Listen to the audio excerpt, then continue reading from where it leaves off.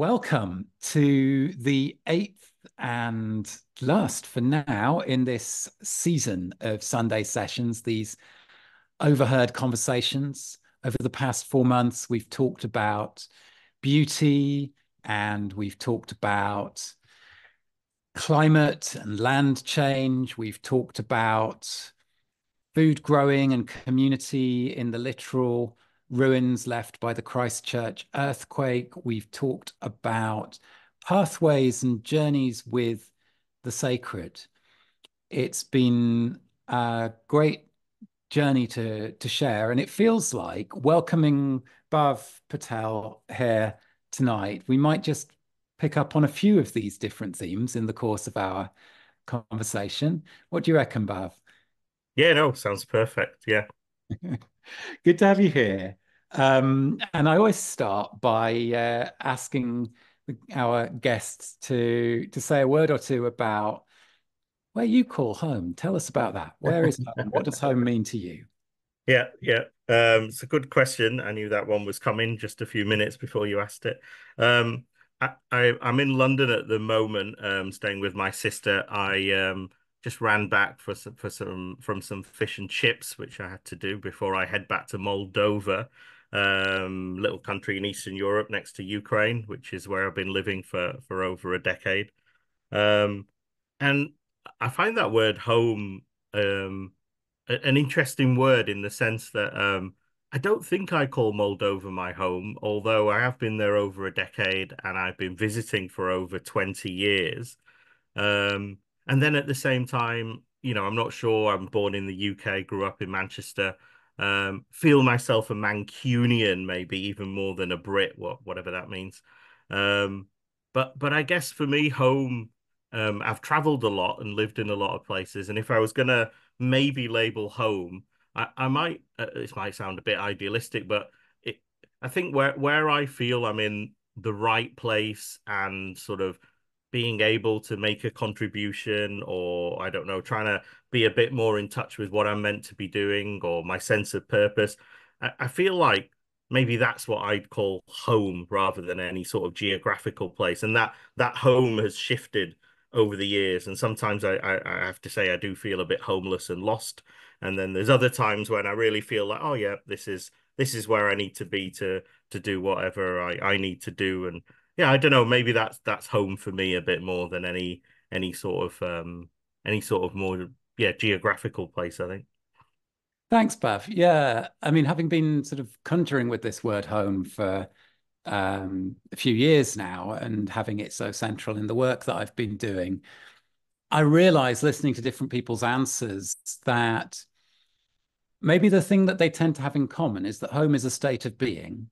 And for Right. some people, that's a state of being that is really intimately, beautifully, sometimes painfully entangled with a particular place. And for other people, it's a state of being that is associated with certain relationships, certain Mm, conditions, certain pockets. And um, yeah, the thing that's striking for me is that it seems to be a powerful word, a kind of touchstone of a word for pretty much everyone I've talked about it with in one way or another.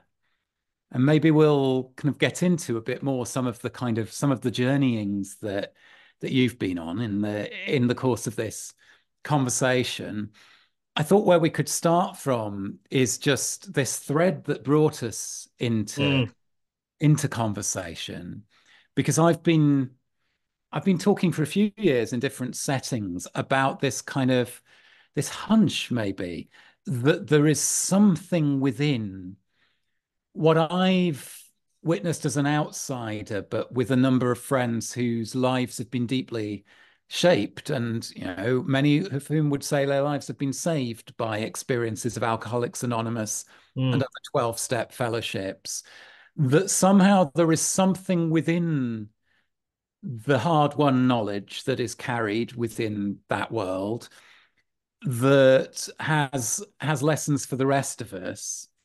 And I was thinking about it as I was preparing for tonight, and I was remembering a moment a few years ago when something brought it into focus for me. And it was, I'll read this to you because it's the actor Mark Rylance. no, I don't know. Oh, he's so he was in Jerusalem, which is a play that was an extraordinary thing at the in the London Theatre. And he's the voice of the BFG in the kids movie and all Ah, sorts of okay. other things. He's a great actor. And he's very into Dark Mountain. And there was an interview with him a few years ago in The Guardian. And at the very end of the interview, he came out with this. And I'm just going to read it to you because I think it'll sort of lead into where we're headed with this. And it's an image that he's kind of talking about for the times we're in. And he says, it's time now for us to come down the dark side of the mountain and not keep going towards the light that represents power over everything. I know that feeling very well from these hikes in the mountains. Late in the day, you're trying to get down to the river to make a camp, and it's hairy. You're likely to twist your ankle with a heavy pack on your back as the light fades. But that image is very true for me and for where we are right now. We've got to come down into the darkness and into all the things that are chaotic. It's time to admit we're powerless. And I read that and I thought two Mm, things. I thought that's sort of the most beautiful development of this image of the Dark Mountain that Paul Kingsnorth and I have been conjuring with for 15 years or more. And then I thought, and you know what? That last bit is almost word for word the first step of the 12 yes. steps. Yeah. We admitted that we were powerless is the kind of the the strange key that unlocks a door in the process that 12-step recovery offers to people. And I had a feeling, you got in touch with me because you'd come across me speaking about some of these things. Mm, You were also wondering about um, the relevance of these kinds of lessons beyond the sphere of the addiction and recovery world. Do you want to just say a bit more about how you arrived at some of these same questions? yeah, yeah, no, happy to. And then please stop me if I drone on too long. Um, so Yeah, so I bumped into this movement. When I bumped into it, it was called Moral and Spiritual ReArmament. The short for that is MRA. And I actually bumped into it in 1997, and I just finished university.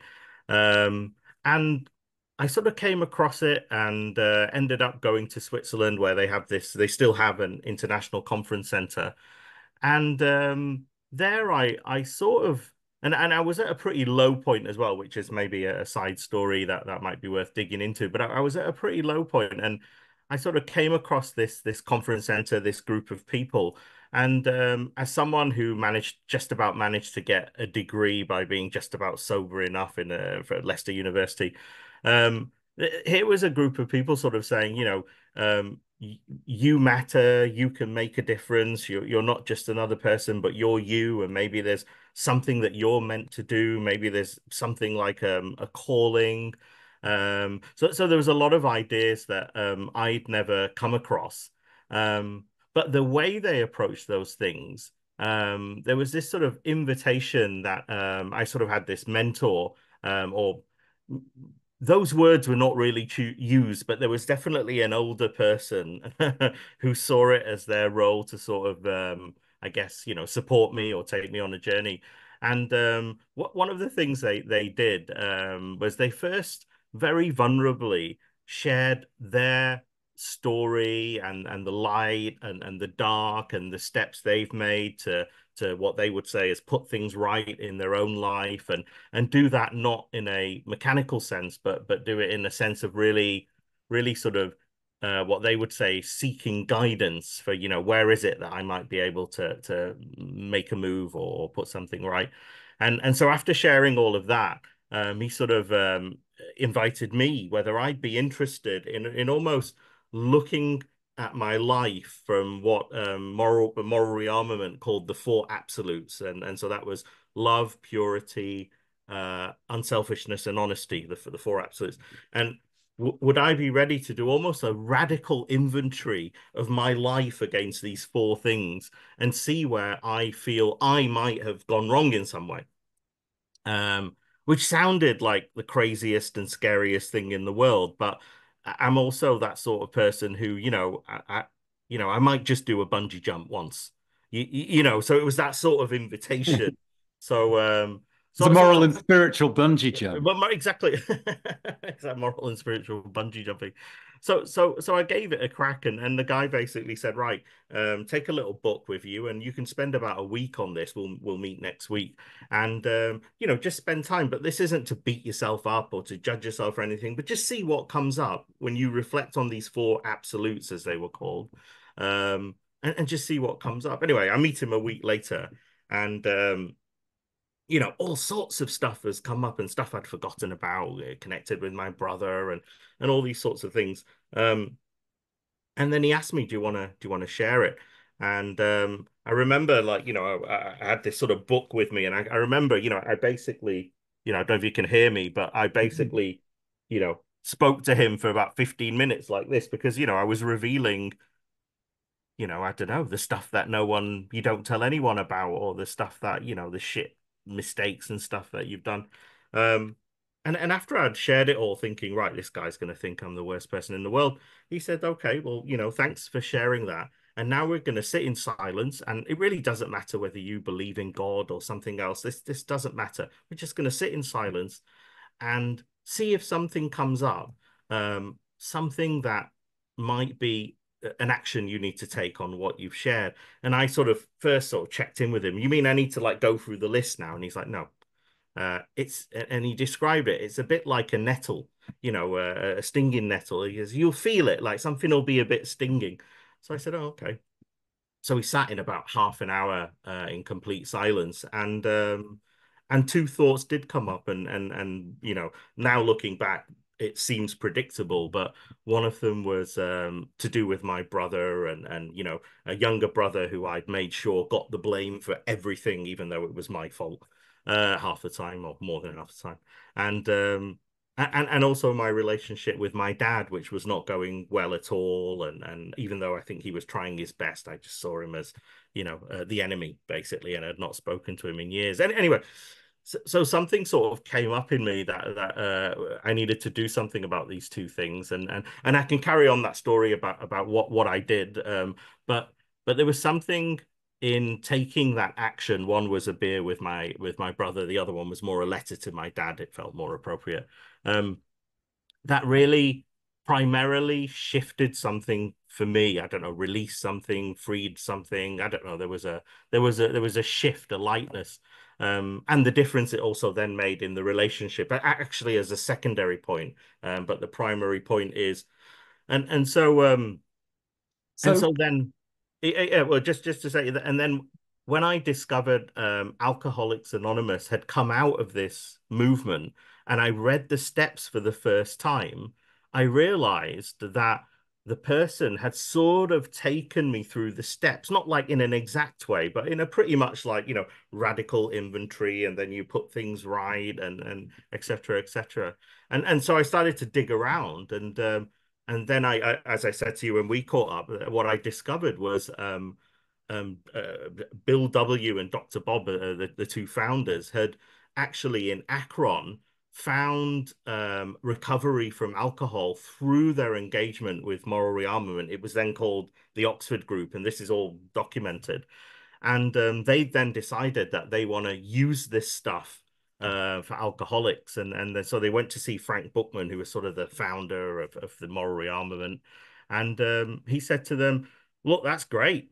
Carry on with the alcoholics. I've got an alcoholic world to deal with. So you deal with the alcoholics and I'll deal with the rest. And so, I realized at that point something that you just started with, which was, before Alcoholics Anonymous, this philosophy was of moral and spiritual rearmament and the Oxford Group, and there's a lot behind it, but it was about trying to make a difference in terms of every person and the whole world. It wasn't designed for an addiction, actually, or for an alcoholic addiction. It was something that anyone could get involved in. thanks, Bab. Yeah, that's where I was going to go, was to retrace a bit of that history with you. And I mean, it's interesting for me because I've been around some more recent sort of new attempts by people coming out of 12-step fellowships to try and share the tools of that with a wider world.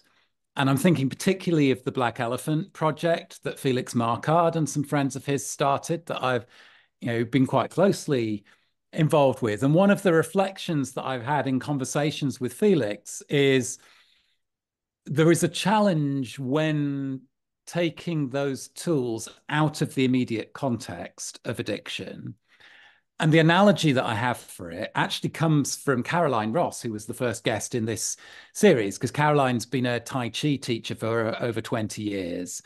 And she always says the thing about Tai Chi is, when you're on a mat meditating, you can kid yourself. But when you're pushing hands with someone, you can't kid yourself because if your focus, your attention isn't there, if you're not present, the other person, that tells you that you weren't there. Whereas in meditation, you can be fooling yourself. Mm.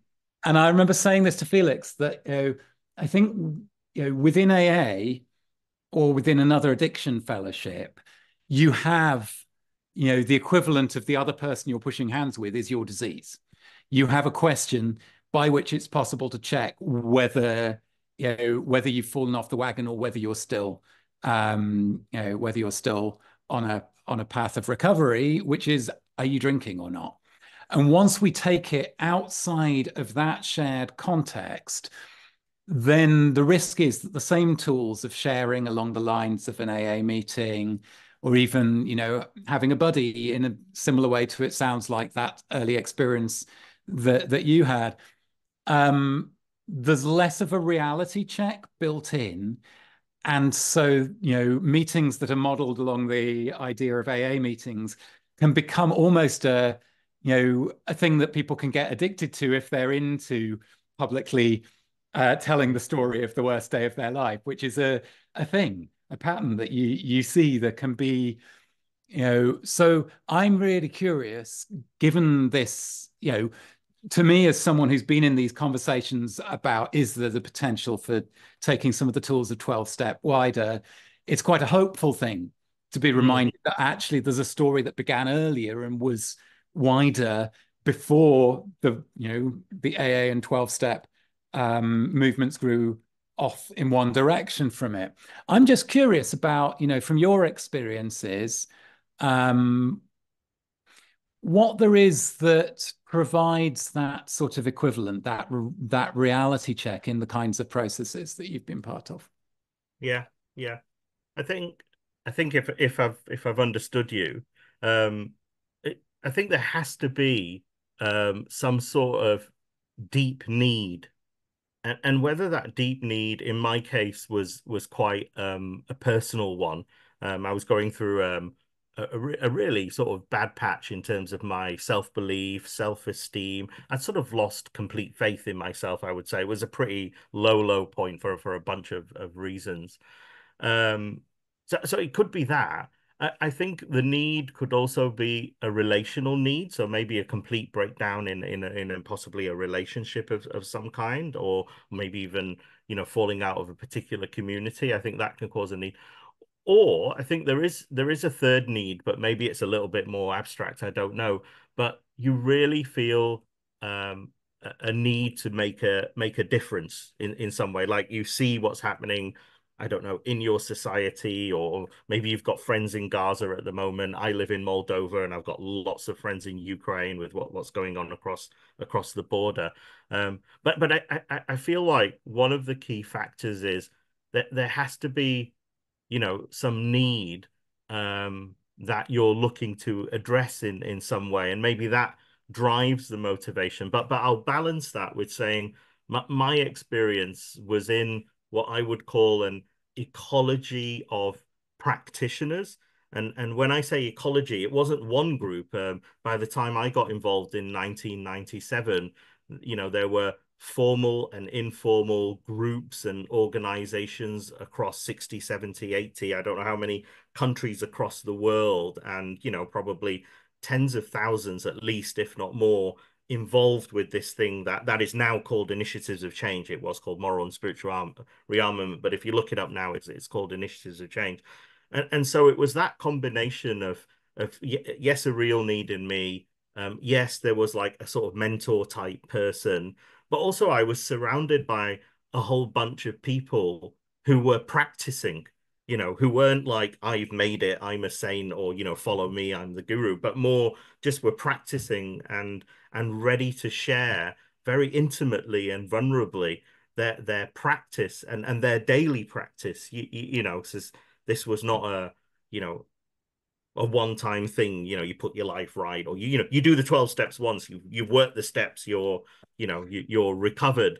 But I think anyone you speak to who's part of AA, it is a daily practice. It's not even recovery, it's recovering. You're in a state of constant recovering. And I think what I experienced through my engagement with initiatives of change was this invitation into this practice with a whole group of people, just to be they have some tools, like one of them they call the quiet time, which is to take real time every morning. If you go whenever you want, actually it's morning for me, but to really pay attention to what's going on inside. So it's not introspection, because you're not like doing an analysis. It's not meditation, because you're not just letting them go by. So I'd call it mindful introspection, just to sort of cheat. It's somewhere in the middle of those two, but it's really paying attention to noticing what's going on inside, and then having others who you can share that with, who will also be that, maybe that mirror, because as people get to know you over time, they can also spot much faster than you, when you're onto something, or when you're full of shit, really. And so it's a sort of combination of I think a few of those things coming together in my experience, that sort of made it possible for me to maybe go on my journey. That's really interesting to hear, because I think back to the conversation that we had a few weeks ago with Elizabeth Oldfield about her book Fully Alive. And part of what Liz was talking about was the sense that what she was trying to do in the book was to share as much as she can of the practices that are part of her faith, without assuming that people were going to be able to make the journey to the place that she is coming from as a Christian, but to say, maybe it's more helpful to start from me just trying to describe the practices and the difference that they make to my life, and to try and think of, analogies that might work for somebody who can't make the step to where I'm standing, but that might nonetheless play an equivalent role in their life. And so I'm actually, as I hear you talking about this practicing, it resonates to a significant extent, I think, with what Liz is trying to do in that book. And I'm curious if you can describe, or if you can sum up, what is it you're practicing? What is it I'm practicing? Yeah, and all of you as practitioners. Yeah, that's a good question. Just to react to something you said earlier. Maybe if I position myself somewhere, I'm definitely not religious. I mean, my mum keeps telling me I'm born a Hindu, but I'm not really sure what that means. And they weren't particularly practicing in any way. They followed some of the rituals. I'm not, certainly don't think of myself as religious. I really don't think I believe in God in the classical sense of well, whatever that word means.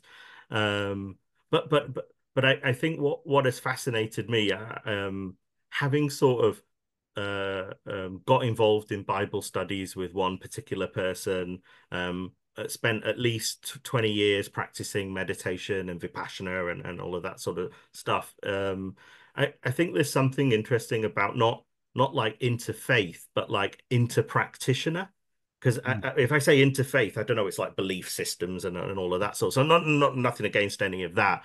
But I guess what I'm interested in is, you might say you're a Christian, a Muslim, or whatever you call yourself. But I guess what I'm really interested in is like, that's great, but like exactly your question, like what's the practice? Like what are you doing? And I think, I think if you can share that as honest as possible. So how can you share that, but and avoid some of the words that are only useful if you're from the belief system, right? Like if you can really share what the practice is. What I found is my experiences um have my experiences allow me to resonate with other practitioners.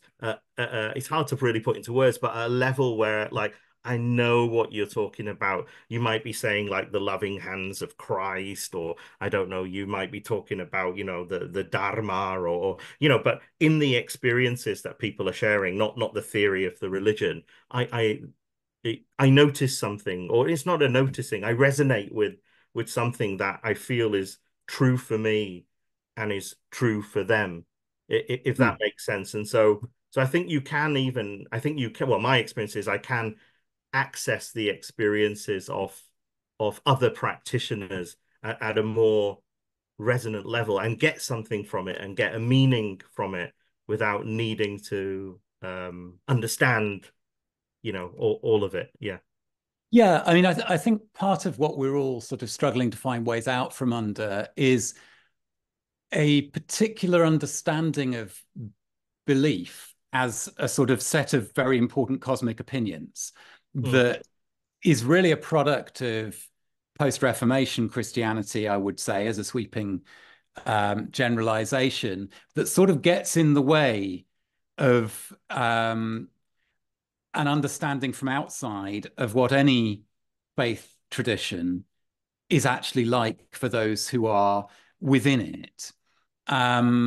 And I really like into practice as a sort of alternative frame for encounters mm, to interfaith. I think that there might be quite a bit that could be done with that. And it rings another bell for me, which is something that I've seen in the past few years often enough to wonder whether it is a pattern that belongs to the moment we're in, is practices going walkabout.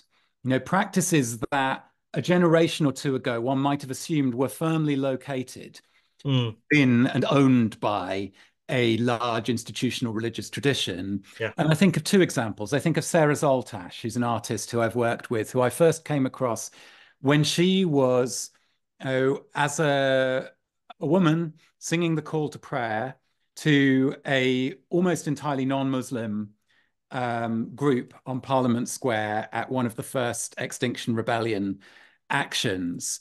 And then I think, and that's been part of her artistic practice. And, as an Iranian Muslim by background woman for a long time, and it's taken her on all kinds of journeys. And then I think of Matt Osmond, who's another friend who's a writer and artist who spent sort of 30 years deeply within a Buddhist tradition, and then found himself, to his surprise, part of a rosary fellowship that gather and pray the rosary together, many of whom would not describe themselves as Christian, but who have nonetheless found their spiritual lives centering on a practice that is a historically Catholic Mm, practice.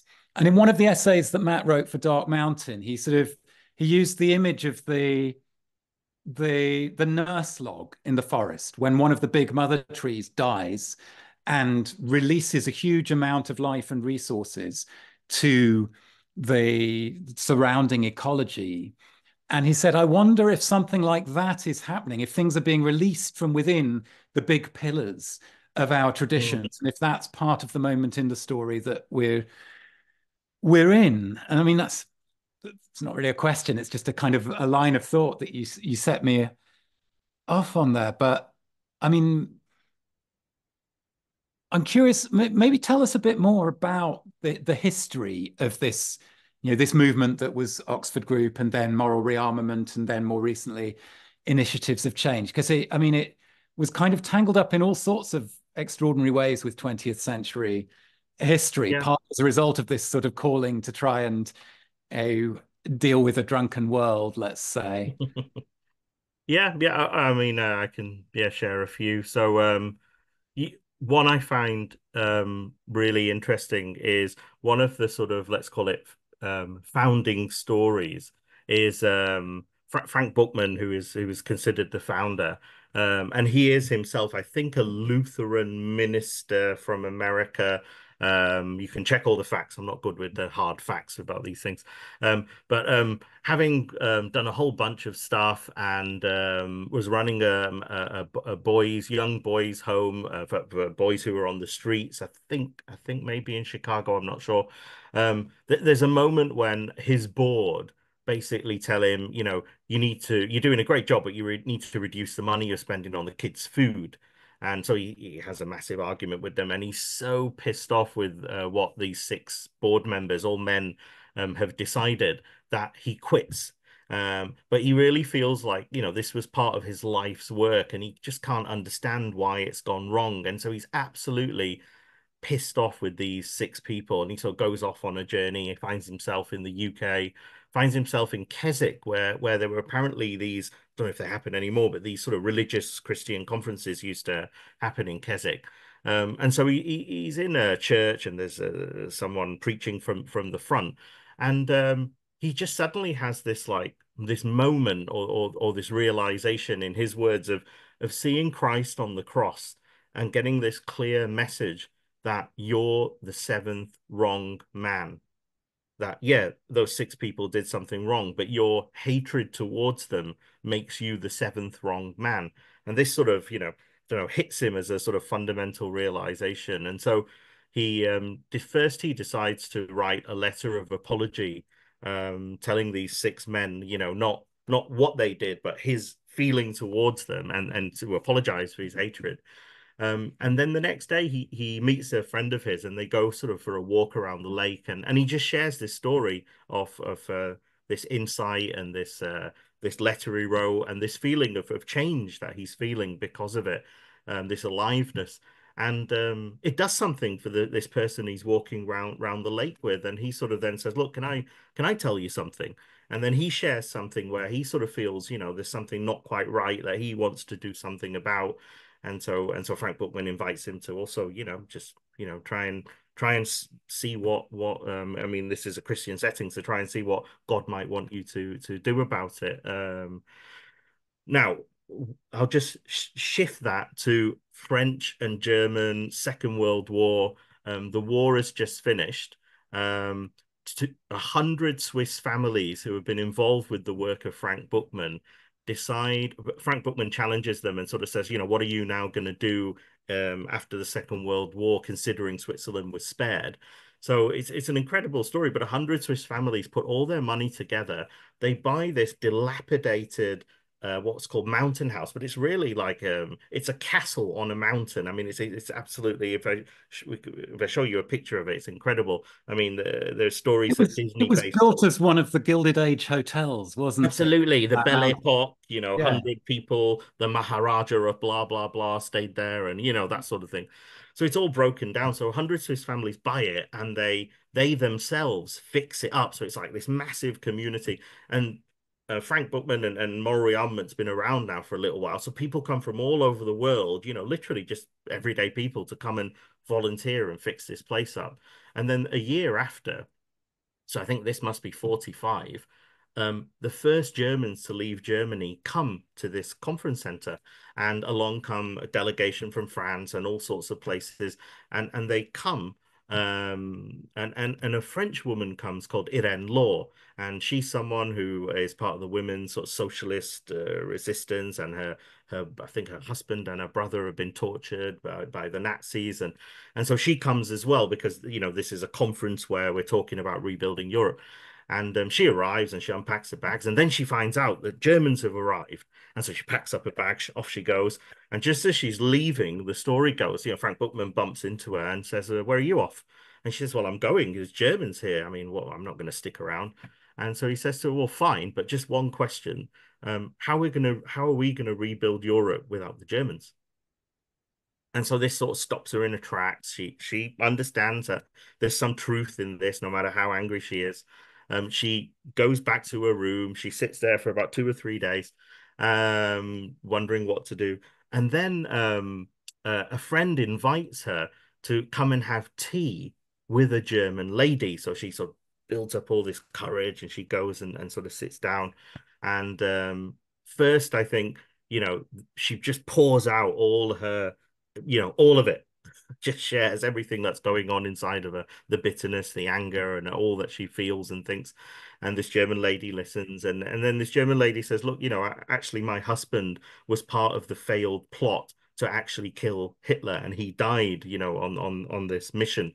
So, and then she also shares, and then somehow they find a kind of reconciliation, at sort of over a cup of tea and hours of talking. And so Irene Law, the next morning, she has a thought. And so if you imagine, there's pictures of this sort of 1,000 people in this like room all squashed in. There's like 100 from Germany, people from all over Europe. And she says, I want to get on the stage. I want to say something. So I think, okay, well, everyone's a little bit worried. Here comes this French lady. The Germans are like, all right, what's going to go on here? And she says, I want to apologize. As a French woman who was part of the resistance, I want to apologize to the Germans. And I want to apologize for my hatred towards you, because it's my hatred that is, as far as, from her point of view, it's my hatred that is not going to help us move forward and find this world that we want to find, and this world that is not going to be one where a third world war can happen. And so you can imagine the story goes, there was just drop dead silence for a while, and then someone from the German delegation comes and sort of starts with a handshake and ends up with a hug. And Irene Law then carries on, traveling around, different areas, Berlin and other places, sort of parts of Germany which have been completely bombed, continuing to share her story and her apology. And to cut a long story short, it does lead at some point to Konrad Adenauer coming to the same place, Schumann coming to the same place, and then an informal meeting is organized between sort of Schumann and Adenauer, which is now recognized as a key part of the whole post-war reconciliation of France and Germany. But the really interesting thing for me is this idea that Bookman was not doing some like strategic move, knowing what would happen if he, talked to Irene Law. He knew Irene Law was struggling in her soul, and his focus was to care for her. That was it. Not knowing what might happen if he cares for her, and probably not even caring what might happen. But and so that care for something deeply intimate, and its link in almost a mystical sense with something completely global. And that's something about, there's many things what initiatives of change and moral rearmament are about. And it's also what maybe takes it outside of the 12 steps of AA. But one of them is this, there's something, there's some connection between the deep intimacy of our lives and our souls and the things that are going on there and the global situation. And in Frank Bookman's mind, he was he was working with both of those paradigms or ways of thinking, at the same time, but out of a space of, I would say, love and care, not like strategic intent. Like, if I change the right people, then the world will change. Yeah. Thanks, Bhav. And thanks for sharing these stories. In a moment, we're going to go over to having a discussion and taking questions from people and so on. But I thought, just before we wrap up this part of our conversation, what would you say if there are one or two simple things, simple tools that are part of the toolkit of the practice that you've been part of with initiatives of change that you think people could take into other groups, other circumstances, other situations? What would be the simple things that you could pass on that we could just spread like a rumor by word of mouth? Yeah, yeah.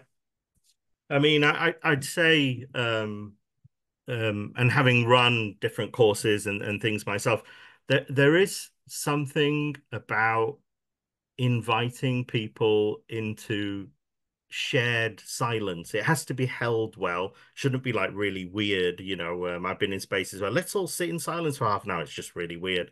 So, but there's something about, if you do it properly, inviting people into spaces of shared silence where they can, just take a moment to check in with themselves. And you start with the shopping list, because that's always running. I've got mine because I have to pack and catch a plane tomorrow morning. But if I slow down enough, there is things going on at a deeper and deeper level, and there's maybe things going on that, aren't fully aligned with who I am or who I want to be, or however you want to call it. And one is to notice those, and then two is if you're doing that in a shared space, to be able to share that vulnerable space with another person, and maybe, that then leads to maybe a move. It's not a fixing, but it's a move towards realignment, or whatever word you want to put in there. But I would say, out of all the things, this, I mean, it's that classic, I mean, Gandhi never actually said it, although everyone says it. What is it? Be the change you want to see in the world. I mean, Gandhi actually never said that, but it's that sort of idea, but not using that as a cliche, but to really, yeah, I don't know, invite people into that silence. But saying that, I do know, this will sound really judgmental, but I do feel, and I've seen, that is getting harder and harder for more and more people just to be with themselves in that silence. And so to be able to do it as a group, I think, I mean, there's a lot more I could add, but if there's one thing, it's that togetherness in silence, that yeah, it has a power beyond any words, or any therapies, or any techniques. Yeah. Yeah.